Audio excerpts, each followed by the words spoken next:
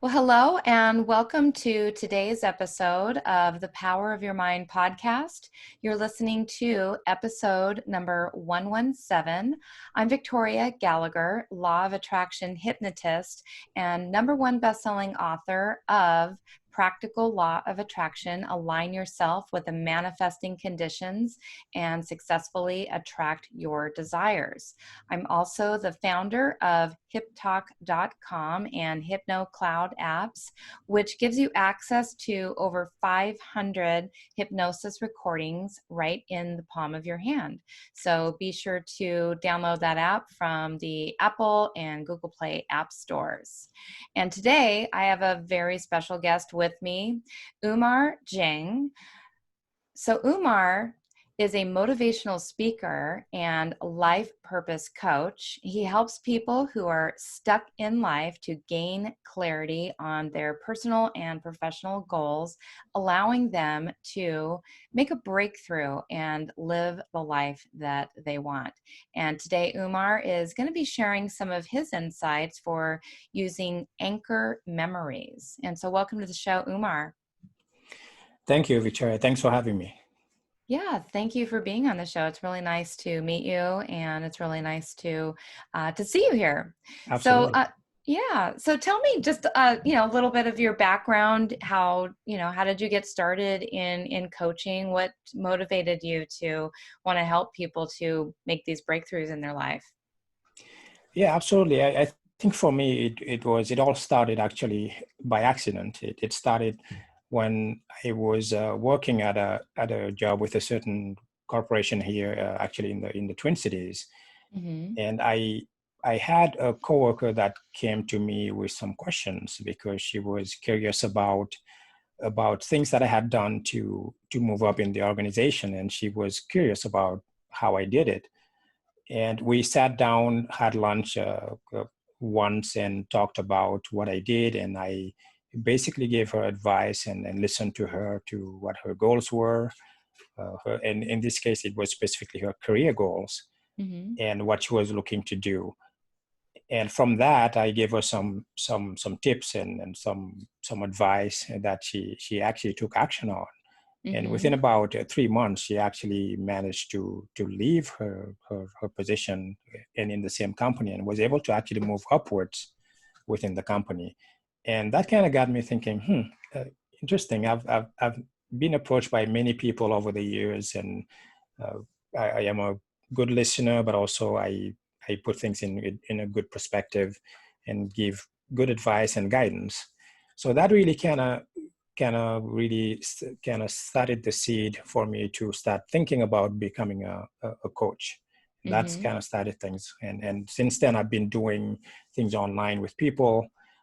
And of course, during the time of COVID, doing virtual discovery sessions. And then from there, talking to people more. Right. So before COVID, were you doing a lot of the coaching in person, like face to face, or is this kind of new for you to do it online?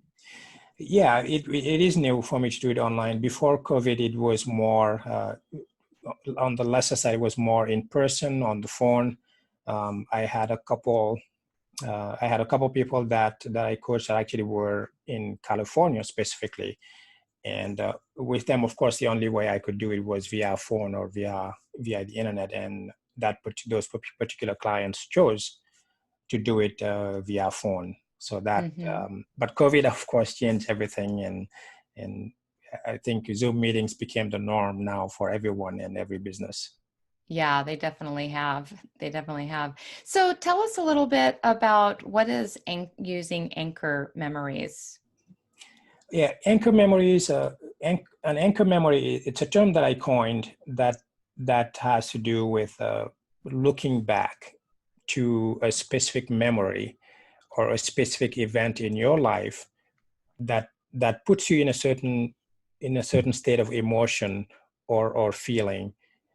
And a good example is if when I find myself having a certain thought or self-doubt, or really it could be a number of things, or even being angry for whatever reason, I can always look back to a specific memory where I felt felt happiness or joy, and pull from the emotions of that memory and bring it in the present. And that allows me Mm-hmm. to really recenter myself and think before I act. So that's really why I call it an anchor memory, because if you think of our the experiences that we go through our lifetime, we have these key events or key moments that happen in our past that we remember vividly, and each one of those moments have emotions tied to them. So whether it's maybe someone passed away in your life that made you feel grief or sadness, or you got a gift when you were a child and it made you the happiest you've ever felt. And if you look back at those memories and try to access those memories, those feelings, they can be very useful and very powerful in motivating you and getting you to take action. Mm-hmm. That makes sense. Definitely. Was there a certain event in your life that, that really inspired your mindset, really impacted your mindset? Yeah, for me, there were really several events. And I think the most notable one was when I was a teenager. I spent time in a Red Cross or Red Crescent, is what they call it in certain countries, a refugee camp. And that span from a mob really coming to our home and trying to knock down the door and walk into the house. And they were armed with machetes and makeshift weapons. Oh my And goodness. so this was as a result of a disagreement between two countries, Mauritania, which is where I lived at the time, and Senegal. And within about 48 hours, it went from a disagreement between a herder and a farmer to just exploding into several cities across the country. And that led Wow. to people literally grabbing machetes and attacking other people. So in our neighborhood alone, I saw, neighbors that I knew for a long time being killed, and their homes looted and attacked and burned down. And we fortunately we were able to have some of them come into our house and actually hide there. But after they've gone from home to home, they finally knocked on our door. And really, what saved us was really my sister and I walked up to the door and talked them down. And I was just coming back from school. I was dressed in the national attire, and I looked really like a Mauritanian, which I was. I was born there, although my parents were originally from Senegal, a neighboring country. We basically talked them down and said, no, there are no Senegalese here. And they insisted that, no, we've seen people come and go in your house. And I managed to convince them, my sister and I, that, yeah, people were coming in our homes because my mother used to sell milk. She would make pasteurized milk and sell it. And people would come and go in our house. And I managed to convince them that's why they saw Senegalese there. In truth, had they managed to get in the house, they would have found our neighbors there, and they would have certainly killed everyone, including my sister and I. So, Oh my so goodness. that I Wow. think that event was really was one of the most significant, I would say, anchor memories or anchor events that that really changed my outlook on life, and not only from the perspective of not taking things for granted, but also Yeah. several other lessons. Yeah. As I'm sitting here listening to you tell that story, and it was interesting. Another lady who I was interviewing just earlier today, she also had, I mean, it's uncanny how similar your stories are about Mm. somebody. I mean, in their case, it was, breaking in to the house, and Right. it was in another country, so it's uncanny. The stories are so similar, but I just am feeling so fortunate and so grateful that, I mean, I've never had to deal with anything quite that extreme as far as dealing with violence or dealing with the possibility that my life was like that. I mean, death was almost imminent Right. if you weren't able to have the right words and tactics, strategies, mindset Mhm. strategies available to you. How old were you when that happened? I was about 16, 15 or 16 at the time. Okay. Yeah. Okay. And how Yeah. did you learn how to tap into that sort of resource to have the wherewithal to have that conversation? I think it was a subconscious, I would say, reflex and to take action. Mm-hmm. Generally in life we have the choice to do something. We choose to do something, and in this case it was really the realization that had my mom or my one of my older sisters went to the door, they didn't really speak the native language very well, we Mm-hmm. would have been in big trouble. So I think the realization that death was imminent, really, for lack of a better way of putting it, made me take action. I think both my sister and I looked at each other and we realized that we had to do something. Without saying anything, we just got up and, like zombies, walked up to the door. Yeah. And I think we weren't really afraid or terrified until after the fact, when we realized that what we had just done, and when it sunk in that we may have just, we dodged, the bullet, really, Yes. so. But and I think, Literally. yeah, and I think in life there would be situations where you realize, if you trust your instincts, that inaction is actually a choice, and that Mm-hmm. choice can have some very negative implications. Think of a woman being in an elevator and a man walking in, and just every part of your body kind of tingling, and your spider sense going off, and you Mm-hmm. decide to just walk out of the elevator, and later you learn that there's been someone attacked on the street by the same Mm-hmm. person that you saw in the elevator. So Mm-hmm. if so inaction itself, if you chose to not take an action in that situation, you actually made a choice without realizing it or without trusting your instincts. Right. No, that makes a lot of sense. And I get that during that moment, I'm just feeling like just the way that you're telling the story. I don't know. I'm just picking up on somehow or another you must have been able to be very composed and clear-headed and calm, like you weren't rattled in that moment. I'm thinking that after the fact, like you said, like, whoa, what had just happened? And I mean, am I right about that? Like, were you just able to just like somehow elevate your thinking to a higher place and just No, that is very perceptive of you. Yes, that is true. It's interesting because as throughout my life, as I was growing up, even as a child, my mom used to say, you could detonate a bomb in front of Umar, and he's always going to find a way to compose himself and not mm-hmm, freak out. mm-hmm, And I think, it's not necessarily a matter of believing in fate, but I think certain characteristics in our personalities are set us up for how to handle future events. And in mm-hmm, my case, it was my ability to remain calm. It doesn't necessarily mean that you're not afraid or you're not scared on the inside, but mm-hmm, the fact that you can put those emotions on hold and analyze the situation, and then take the rational and logical choice, and then of course, certainly let the emotions out. That really mm-hmm. certainly helped me. It was part of my personality to be introverted, and as part of that, I was able to observe and analyze first before taking action, and that, I think, came into play big time.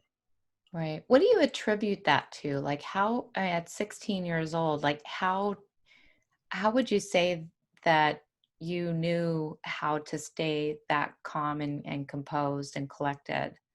Because most 16-year-olds I think would be freaking out during Right. that time. And I don't think that's a instinct that we're naturally equipped with. Or maybe we are. I mean, you tell me Mm. what how did you know how to access that tool?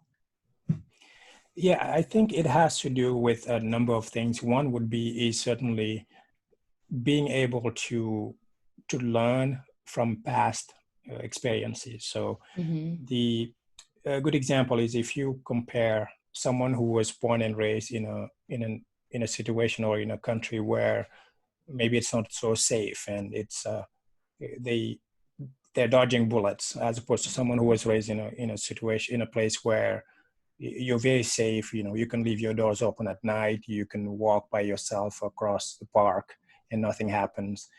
And what that does is it on one hand, it gives you a certain sense of a perpetual awareness of your surroundings and your circumstances, and being able to react. So you always have an eye open, if you will, to what's around you and what could be happening, which can be Mm-hmm. useful in situations like that. But also the ability to look back at what I would call micro resilience events. So what that Mm-hmm. is from the time that we are born, we are exposed to different challenges, Mm-hmm. and those micro events can be very small. It could be maybe you stuck a screwdriver in an outlet and got shocked, and you learn from that. Maybe you fell down the stairs and you learn not to go down the stairs Yeah. as a child, and so on and so forth. Climbing a tree, whatever it may be, and the those events are really, I think, teaching us physical resilience, but also emotional resilience. And if you know to just stop for those initial 7 seconds to think and say, okay, Mm-hmm. what should I do now? Mm-hmm. You will know instinctively what you should be doing and what action you should be taking. Right. Was there an event prior to that event that you had that you were able to access those same resources? Yeah, I think there have been sadly, unfortunately, multiple events.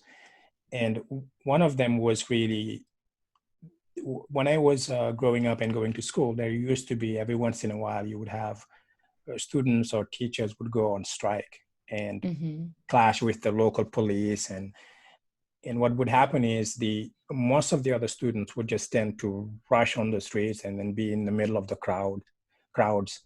This was a country where they didn't really care much about civil rights and giving you a due process. So if you Mm-hmm. were caught manifesting, even if it says in the Constitution that it was your right, you could end up in jail or abused and worse. So for me, it was always, think before you react, think before you jump into the crowd. Mm-hmm. Not that I didn't do that. There were times where I actually went and I was part of those protests. Mm-hmm. But situations like that where I got to really very quickly analyze the risk versus the reward, and in terms of what that could mean for me if I were to take a certain action as opposed to another. Right. So, and I think to bring it into a lesser life-threatening situation, I would say for most people, it's just a matter of, someone cuts in front of you in traffic. You have a split second to choose how you react. And unfortunately, 80% of people would choose to just swear and curse and yell. And but if you think about what you are about to say for even a fraction of a second, you tend to hold back and say, you know what, just get in front of me. It's not worth the challenge, and it's not worth it. Yeah. So, Yeah, definitely. Yeah, I had to exercise that exact thing myself a little while. Just occasionally you'll get somebody that'll you know, make a nasty comment on your YouTube or your Facebook ad, or in your, they'll respond to a marketing email that you sent, when they subscribed to your list, and and they'll just say something so nasty, but it's like, it's not about me, it's about them, and you just have to remember, it's like, okay, it's like what I put out comes back, so I'm right, stopping this right here. right, And just delete. yeah, Unsubscribe them from whatever they're subscribed to that's making them upset, and and then just delete the and move the on. then move on, but sometimes it can be difficult because the ego gets in Right. the way Yeah. and wants to, I don't No, it's respond or interesting. react. Yeah, it's interesting because we could get, you could get 100 emails that say you're doing a great job, but if you get that one email that says, this is terrible, why did you send it to me? You It ruins your entire day. Isn't it true? I mean, and it just like somehow or another, it just has so much more of an emotional impact than, I mean, I guess, I mean, I love all of my positive reviews that I get, but you start to like get used to the Right. positive ones and they don't have the same impact as like the every once in a while you get the negative ones. It's like, oh, that hurt, that stung, that whatever, it's like, why did you call me that name? Right. Yeah. you know and so so now with your resource, what do you call the that anchor memory that you're tapping into when you, and I imagine that you probably are now able to just be that way in all kinds of other situations. So are you able to tell me about a situation that you've been able to consciously know that you're using and tapping into that old resource that you developed back then? Like, do you have Yeah. a story about a time when you've been able to just go in and consciously like know, like, okay, I have the I have the ability to stay calm and composed in this situation? Yeah, absolutely. I think generally it's I tap into memories that make me happy, that made me happy, that were precious to me, that I know I have a limited amount of. And what I mean by that is, I used to, my father used to work uh, every day, but then on weekends he used to actually read cartoons. He loved cartoons, which, and these are small cartoons that tell stories, and French cartoons. And on weekends he would lay in the bed and read those cartoons, and I used to uh, jump in bed with him and just lay next to him, and he would read them to me, and we would go through it. And I loved that connection that I had with him, and that a certain feeling of of security, of being loved, of having his whole focus on me, and that time was really precious for me. That's one of my most precious memories that I tap into when I find myself in a situation where things are dicey, or I feel like I'm losing control of my emotions. Mm-hmm. And of course, when you couple that with some basic breathing techniques, where it's just just take a breath, or sometimes walk away, and that's been crucial, especially early on when I first came to the United States and worked as a hotel desk clerk, where you get difficult customers, and I've had situations where I recall some of those memories, or the birth of my first child, or things like that, and it gives you the ability to just take a breath, and you realize that, okay, I need to walk away from this situation. Mm-hmm. Otherwise, I'm going to say or do something I regret, or I am just going to choose to be quiet for 2 minutes, and then this will resolve itself.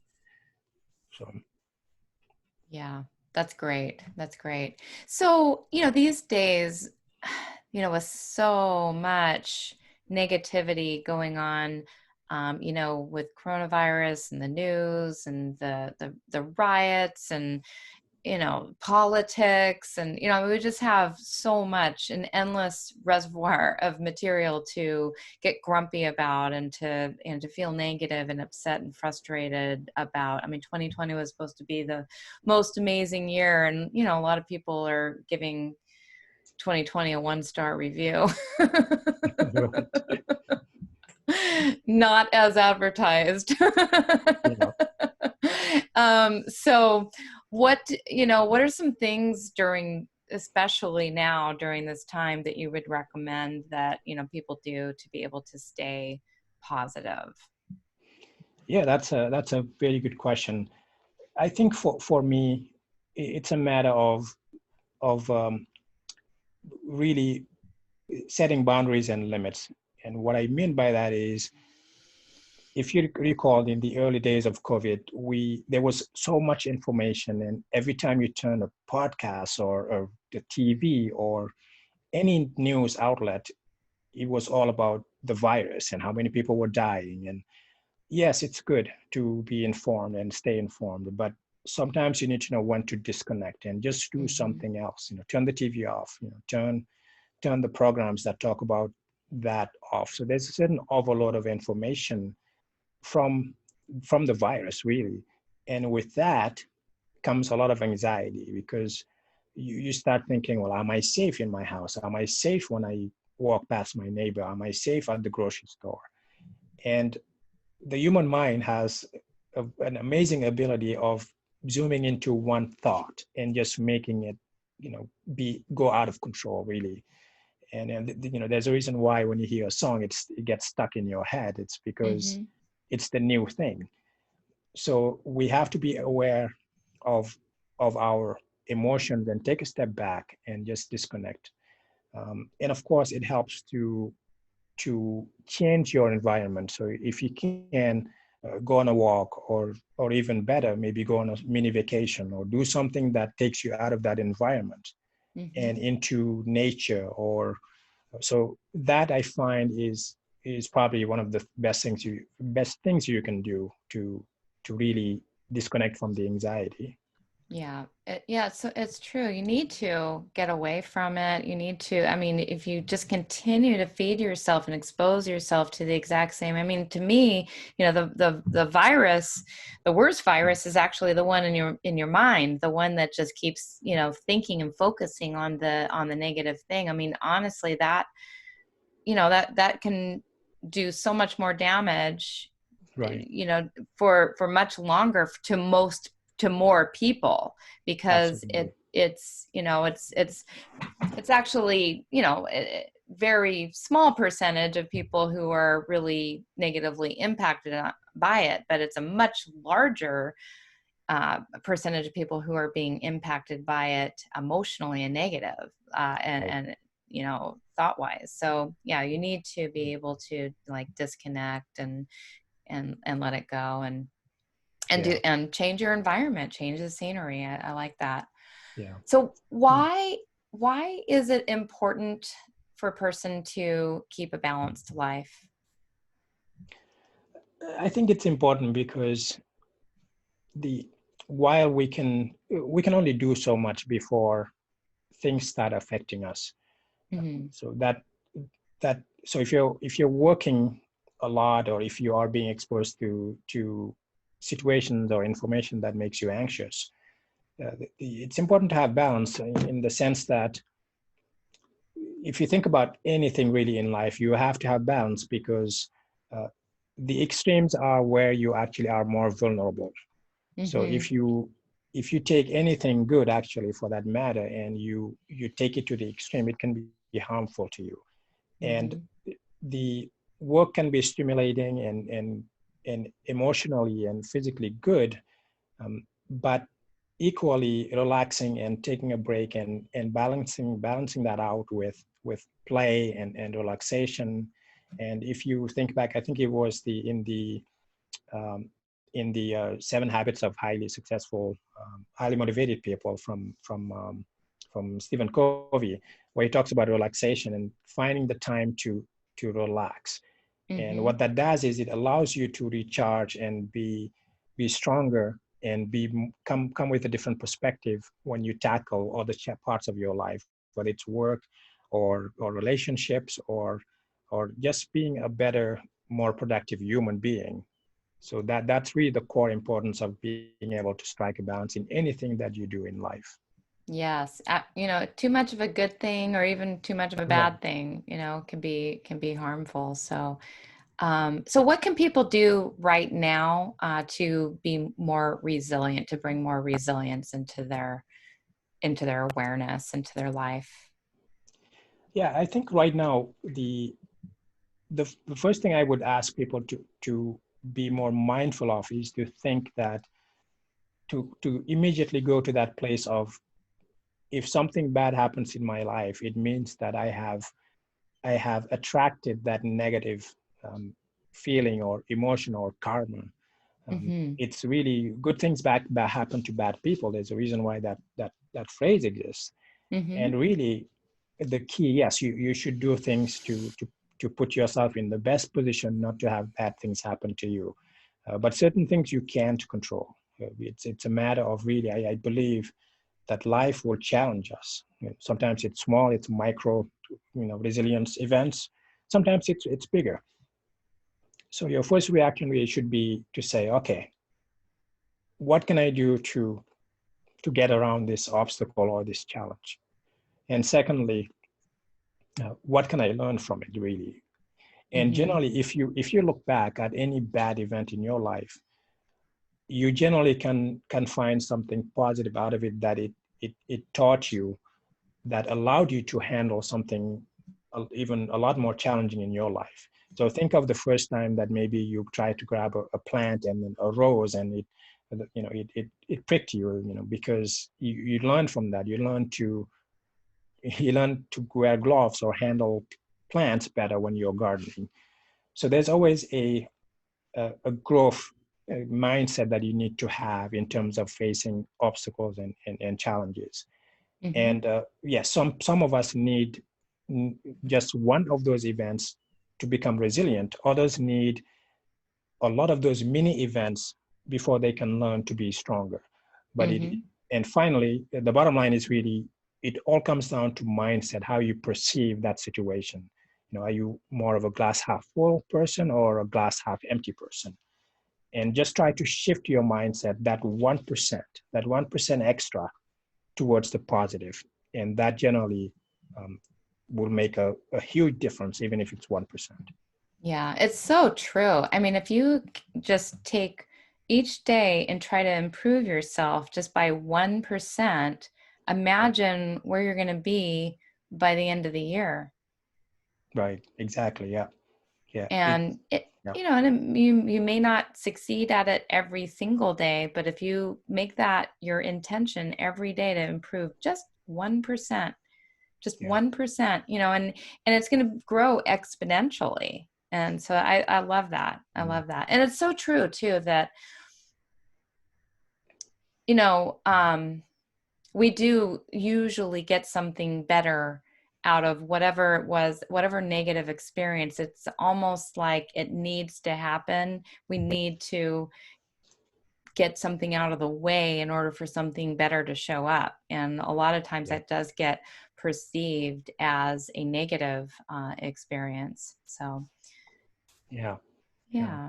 That's true. Um, Now, you also, so you're working on a book called Resilience in Progress. So people need to, or Resilience, which is in progress, which is in progress. So people need to kind of keep an eye out for that. You want to tell Yeah. us just a little bit on, like, how much of, how long is it going to be before that book is out, and what can we expect when that book does come out? Yeah. So the book, the working title right now is Resilience: How I Learned to Be More Resilient, uh, more resilient through adversity and challenges. Mm-hmm. So, and that title may change certainly, but when the book will come out probably in the earlier part of next year. Mm-hmm. And when that does come out, certainly it would be, there's a lot of what I would call lessons. There's about 11 core lessons that you need to learn about your life to be more resilient, really. And some of those I talked about here, like micro resilience, which are those small events that happen in our lives, and of course, anchor Mm-hmm. memories is one of them. Things that you Mm-hmm. can look back at to really change your mood in the present to face any challenge. Mm-hmm. So those are some of the things that I'll talk about, and there's of course a few more in the book Uh-huh. as well that I think would be very insightful for people. Great. And then you also have another tool, which is a ebook, a downloadable ebook that is about how to stop procrastination. And I'm sure, right now a lot of people have this great excuse for procrastinating on things. And so can you share a little bit about that?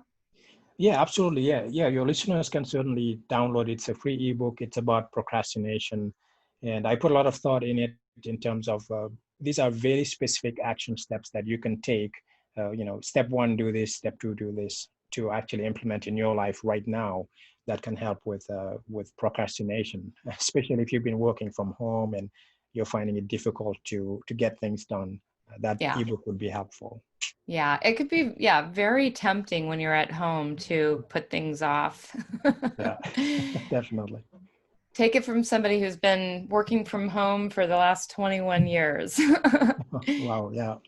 Yeah, it's so Absolutely. important. You just don't realize how little time you really have. And, like you want to make the most out of every minute, that, Yeah. that you can. But then again, it's a balance because you don't want to turn into a workaholic either. Right. Exactly. Yeah. So yeah, I highly recommend going to download the free ebook from his website, How to Stop Procrastination. And so your website is Umar Jeng, which is spelled OumarDieng.com, but that'll be in the show notes. And you also have the Motivational Voice podcast. You want to tell us just a tiny little bit about that? Yeah. The podcast is focuses on giving people tips and tricks on how to stay motivated and face challenges that come in life, really. So it's been I've been doing it for about 5 years now, and yeah, we try to keep it interesting and insightful and short 30-minute episodes. Wonderful. Well, it's been a pleasure getting to know you and learning about your story and learning about the resources that you've been tapping into. And I'm sure that these are a lot of resources that people will be able to tap into after working with you and downloading your free ebook. Let's just leave our podcast listeners today with a very special quote that you might want to share. What's your favorite quote? Oh, putting me on the spot there. Uh, one quote that I like is from Alvin Toffler, and it says, "The illiterate of the 21st century will not be those who cannot read and write, but those who cannot learn, unlearn, and relearn." Ooh, very useful. Very useful. Well, very inspiring gentleman you are. And I just want to thank you Thank so much for sharing your insights and your wisdom with our listeners today on Power of Your Mind podcast. And thank you, listeners. Thank you, Power of Your Mind podcast listeners, for listening to another wonderful guest. And you. I Thanks look for having forward. me. Yes, thank you for being on the show.